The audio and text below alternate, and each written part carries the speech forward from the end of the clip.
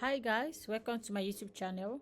My name is Priska, and on today edition or tutorial, I'll be teaching you guys how to create a Django Rest framework project. Yeah, so the very first thing you need to have installed on your Python on your system already before this is Python and the Django admin. Now, how to confirm if you've installed Python or the Django? In my case, this is Mac. In my case, I use Python 3 hyphen version. When you type this, you will get the version of this Python that you've installed. If you don't get it or get keywords like Python not recognized, then know that you haven't installed Python, and you have to just go to the Google, type how to download Python or download Python, and you just follow the steps. Very easy, pretty simple. Then you get it download and then come back here and do it again. This is my command prompt. This is my seminar. Sorry, in your case it will be a command prompt. Yeah. Okay. So yeah, that's it. So you can see my version as of this moment is 3.12.3. I think there are higher versions currently, so you can also, you must have the Django admin installed. So for you to know if you have it installed, the Django admin version. All right, mine is 5.0, so this means I have these things installed. So with this, let's move on.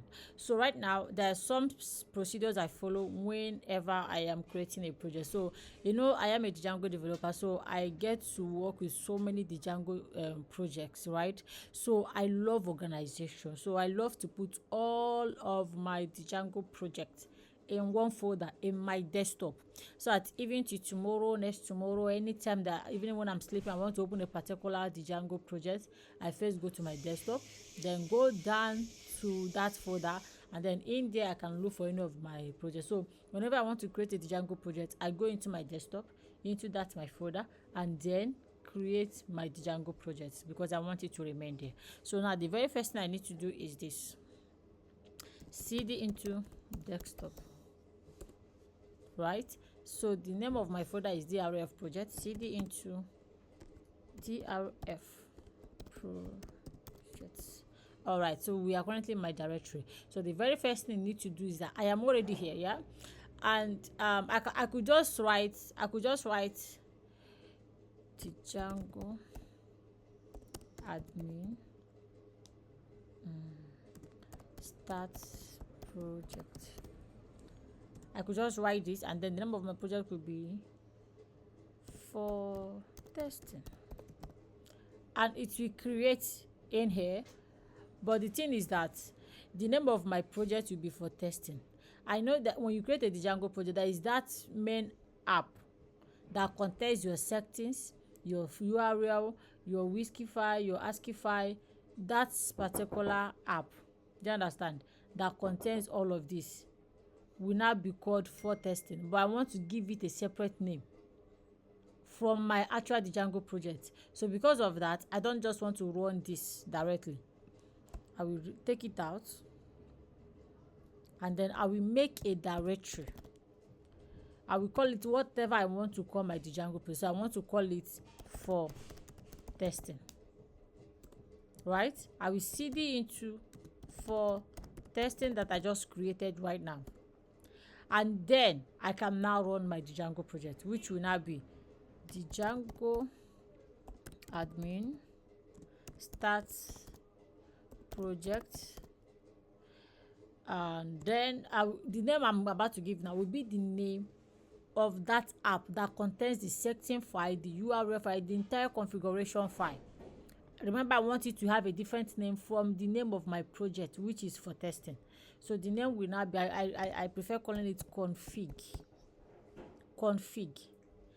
And with this, if I run it like this will go and create another project and another directory entirely inside this for testing. So I must put a dot. I am telling the Django, create this particular folder and the manage.py file that normally comes with the Django inside this for testing. So entirely this for testing becomes my project. When I open it, I see the config, which when I open, I get the necessary files I need, and inside this for testing, my manage.py will live in, and this becomes my project. Do you understand? It is not that difficult. You just have to understand the steps and based on how you want to customize it. So once I take out these dots, this becomes more like this my DRF project that is holding this config, because inside this config there will be another folder called config which will hold those settings. But once I put a dot, the Django already knows that this config is the one that will hold my settings, and this is supposed to be the one, this for test is supposed to be the one to hold my manage.py. And wherever your manage.py lives is your project. Yeah, I hope I'm not confusing you any further. So let's click enter, and we have just created our project. So right now you can literally go to your IntelliJ, your PyCharm, any of the IDE you're using, your VS Code, select open folder, and then go to your desktop, your folder name, and then select your project, and you open it. There you'll be seeing this config, and when you open it you see your settings and all of that. Now mind you that before you can write any code, you have to create an app, and for that app it carries features. So that is the reason for apps. It's not like it is an entire project on its own. No, just see the Django project as an international market, and the apps inside it are individual shops. So I think you are building an e-commerce and you have different features like the product, the categories, the female wears, so you can have different app that handles, the one that handles the creation of the female wears, the one that handles the customers, the vendors, different apps that handle it. So it is easier for you to locate each feature and where the error occurred and happened. Yeah, so this is more like organization, and the Django makes it easy to organize all of these things properly for you, and easy for you to debug and find wherever the error is. Yeah, so right now if you want to create an app, it is similar command with how to create a project. It is just you write the Django admin start app, then the name of your app. I believe that every project must have a user. I mean, you have to have a user, right? So you need to have an app that handles that user feature, the creation, the login, the logout, and all of that. So I usually use user, even though I at times use auth, and auth usually have issues because there's already the Django files named auth. So I get to switch back to user and all of that. Yeah, so once I do this, we already have an app created inside this our project for testing. Now we'll be having config an app once you open it. So this is how to create your Django project. You can see it's pretty simple. Yeah, so when you create your Django project, you go to your IDE, you open it, and then you start your work, and then you can activate your venv there. If you want to activate your venv here, that's still fine. And activating your venv is simply create it Python -m venv, then sorry, Python 3 in my case, sorry. All right, and then you can go ahead to activate it. I am using a Mac, so it's supposed to be source, and venv/bin/activate.